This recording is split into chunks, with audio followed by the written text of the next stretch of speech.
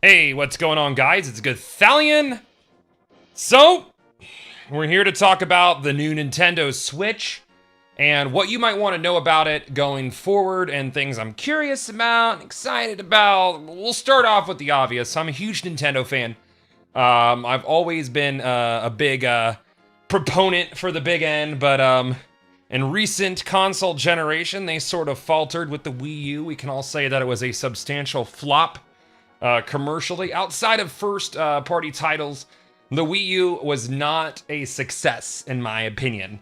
The 3DS, on the other hand, has been a whopping success, selling over 60 million pieces of hardware worldwide and being a certifiable money factory for Nintendo.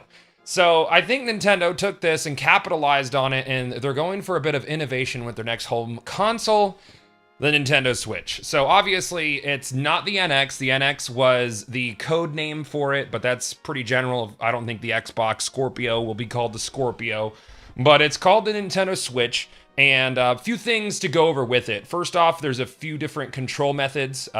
They have two Joy-Cons that can attach to the unit itself, which is a supposedly powerful touch screen, sort of a tablet type situation that you could put into a home base.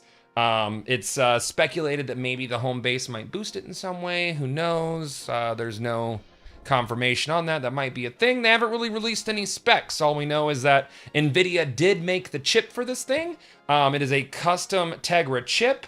Hopefully it's the Pascal architecture. That would be a big deal. But they did make a custom chipset for this thing. They went as far as to say that they did custom make the API for the Nintendo Switch as well. So how powerful is this thing? I would guess that it's more powerful than a Wii U, but not quite as powerful as a PS4. Again, this is just speculation because they haven't really talked about it. But back to control, there's a few different control methods. One, there is a sort of like a controller mount that you could put the Joy-Cons into and turn the side controllers into a more standard controller. There is a Pro controller option that is more of your standard everyday controller, what you would expect from a console. And then there's the Joy-Cons on their own that can be turned sideways and be used as individual controllers for multiplayer games, which I think is pretty cool, albeit they look a little small for big hands. But they did go out of their way to put this thing into the hands of adults and show that it is not too tiny.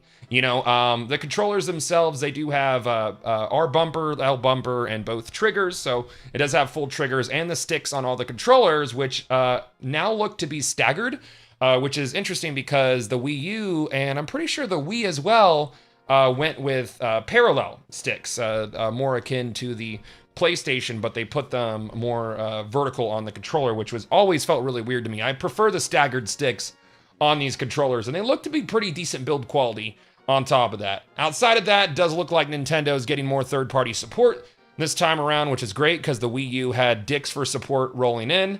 And it does look like the first-party titles are obviously going to be there. There's been rumors that there's going to be a Mario title and a Pokemon title within months of release. They showed some footage from what looks to be a true successor to Super Mario 64 during the brief ad that was put out for the Nintendo Switch today. On top of that, they showed some stunning footage from Breath of the Wild, which I am a huge Zelda fan. I cannot wait for this thing to come out. All I want to do is dedicate like a month of my life to scouring every square inch of Hyrule. So that's a kind of brief overview of the Nintendo Switch. Price point, we don't know anything yet. Hopefully we'll know something within coming weeks. If as an educated guess, I would say it's somewhere would be in there at like over 300. I'm gonna guess under 400 maybe. If they go over 400, probably a mistake to go up against the price point of the PlayStation 4. These are of course just speculation, but that's what I'm here for, man.